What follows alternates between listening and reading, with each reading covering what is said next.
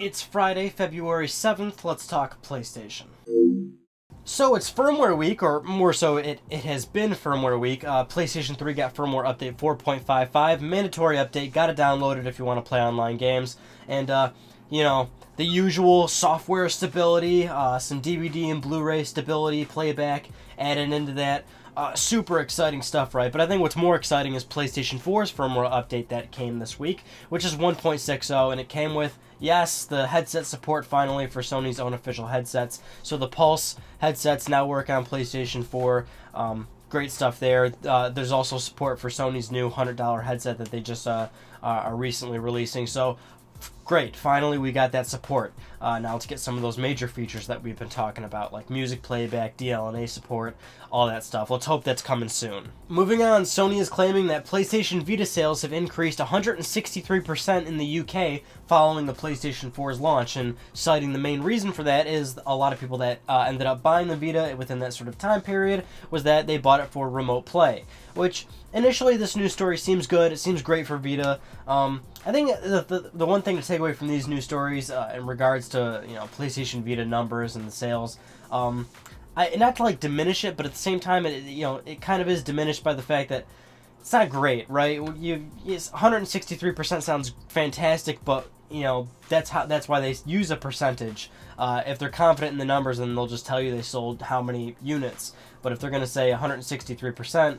it's 163% because you weren't even selling that many to begin with. So when you do get a nice little drastic bump, it seems really big when you put a percentile on it. So, I mean, it's good that, you know, sales are increasing, but I wouldn't look too into it, basically.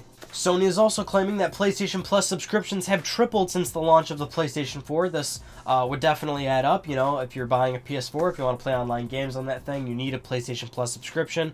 So that totally adds up. I also wouldn't be surprised if they're adding trials of PlayStation Plus into that number of, you know, triple the subscriptions.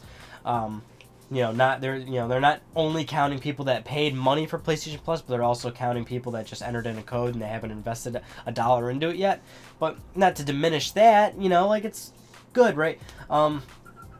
It's nice to see Sony get into the subscription model and certainly make it work. And we've talked about this before, where it's like, up front, I didn't agree with Sony requiring PlayStation Plus for PlayStation 4, but then when I sort of analyzed it and looked at it, and, you know, sort of the business strategy that Sony went with in regards to PlayStation Plus, it's like, okay, we're going to force you in to something where we're going to give you free games, we're going to give you all this stuff, all these discounts, we're forcing you to join our reward service because we want you to see the value in it. And also, you know, people that buy both Xbox One and PlayStation 4, it's like, hey, are you really going to pay for both onlines, or are you just going to choose one? And then it's like, oh, which do you choose, Xbox Live or PlayStation Plus?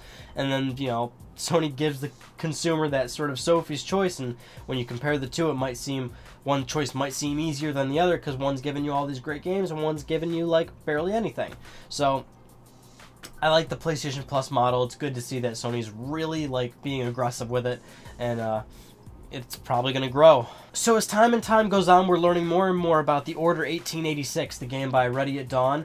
A lot of people think this game is by Sony Santa Monica. It's by Ready at Dawn. Sony Santa Monica is helping Ready at Dawn get this game up and running and going. A lot of news we're hearing about it. Some screenshots. 40-minute gameplay was shown to a lot of press earlier this week. We also learned that the game does not have any multiplayer whatsoever, which was kind of surprising, I think, because when you look at the initial trailer, it kind of gives off a co-op-y, maybe, like, you know, minuscule multiplayer of like 8 players, maybe 4 players max.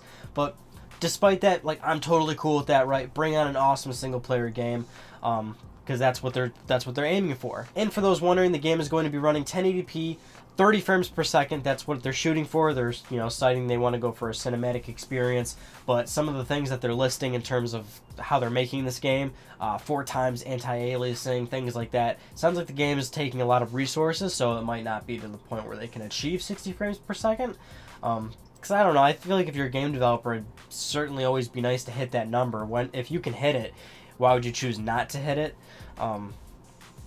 Unless you're, like we've said before, you know, any console can do 1080p 60 frames per second. It's just a matter of, you know, do you want higher graphical fidelity, or do you want just resolution and frame rate up. So you lower the frame rate and resolution, and you can increase the graphical fidelity. And we're going to be seeing that on PlayStation 4 and Xbox One, and it's no surprise that we're seeing it this soon. So there's been a lot of talk recently about PlayStation games turning into movies. We've seen this with Heavenly Sword, Ratchet and Clank, now Sly Cooper. Well, before all these games, it was certainly announced that Sony wanted to get an Uncharted movie going, and there was a lot of directors being passed off and a script rewriting and things. The project was really not getting off the ground. Well, we kind of have some new info, kinda. Deadline is reporting that a new director is finally, Sony's talking with a new director to finally get this project off the ground and possibly going into production at the end of this year. So currently Sony Pictures is in talk with Seth Gordon to finally get this project off the ground. The script was done by David Guggenheim, can't pronounce that guy's name. One of the biggest challenges about YouTube is pronouncing stuff on the internet and hopefully getting it right or wrong. He did the script. That was the last written portion of the movie. It hasn't been rewritten yet or looked at or changed in any way. And the movie has been going. This project has been going through hell. We first had David O. Russell, who was going to direct it, and he was going to have Mark Wahlberg play Nathan Drake, which was certainly odd. And then Neil Berger was attached to the project, and then he jumped off to direct something else. So it's one of those things where it's we get the BioShock movie was in hell for a while, and that's still whatever. The Halo movie, there was a Call of Duty movie. It's one of those situations where you want to get they want to get this project going, but it's just not. It's Hollywood, right? Okay, so this is another episode of Let's Talk PlayStation, where we're going to be talking business. About the PlayStation division and actually Sony's PC division. So this week it was confirmed that Sony is selling its PC division. It is selling Sony Vaio, all affiliations, all the hardware, all the assets, all that stuff, right? Sony is getting rid of the PC division. Now, if you remember, a couple episodes ago, we were talking about Sony's probability of bankruptcy and the liabilities that it has and how each division of Sony's doing. We talked about how, at least in my opinion, PC division, get rid of it. You're not making money on it. PC's on the decline. Get rid of it. Do something with it, right? That's exactly what Sony's doing. Sony's getting rid of the PC division. They are selling it to a Japanese industrial partner for an undisclosed amount of cash. Probably going to get a little something off of it, right? And Sony's going to be focusing more on games, of course, mobile, and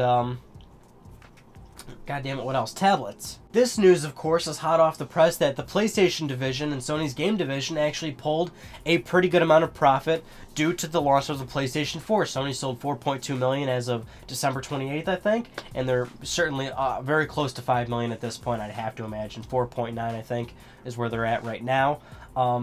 They sold 9 million software. I mean, Sony, that's where you make most of your money is software. So 9 million, that's a good, healthy attach rate for the system early on. The Japanese launch is coming up soon, and Sony has raised their forecast. They wanted to hit 5 million units by the end of March, which they're certainly going to meet. They're already at it. So internally, Sony has increased their sales forecast for the PlayStation 4. Things are looking really good for the games division, which is fantastic. Now, the thing about Sony is it's a huge corporation. They've got all these different divisions, but they're knocking one completely off the charts. And it's good that they can, maybe sort of just focus and be more dense, focus on the certain areas that are working in Sony and get rid of the ones that aren't working. That's what we talked about before, and I'm glad to see that they're doing that. I mean, when you think about Sony Corporation as a whole, they've got all these different divisions, all these different places that are making the money. Some aren't making the money, so it's of course, do something with them, get rid of them, or fix them, or do whatever with them, right? But, look at all the ones that are making you profit. And for the games division, it was always it's one of those things where Sony could live without it. It's not like they needed it desperately, but certainly it made them money, right? And I always wondered, what if Sony just stopped, the games division just wasn't worth it for them, or they found it to be too much trouble, or they just, thought, hey, let's just take those resources and focus them somewhere else.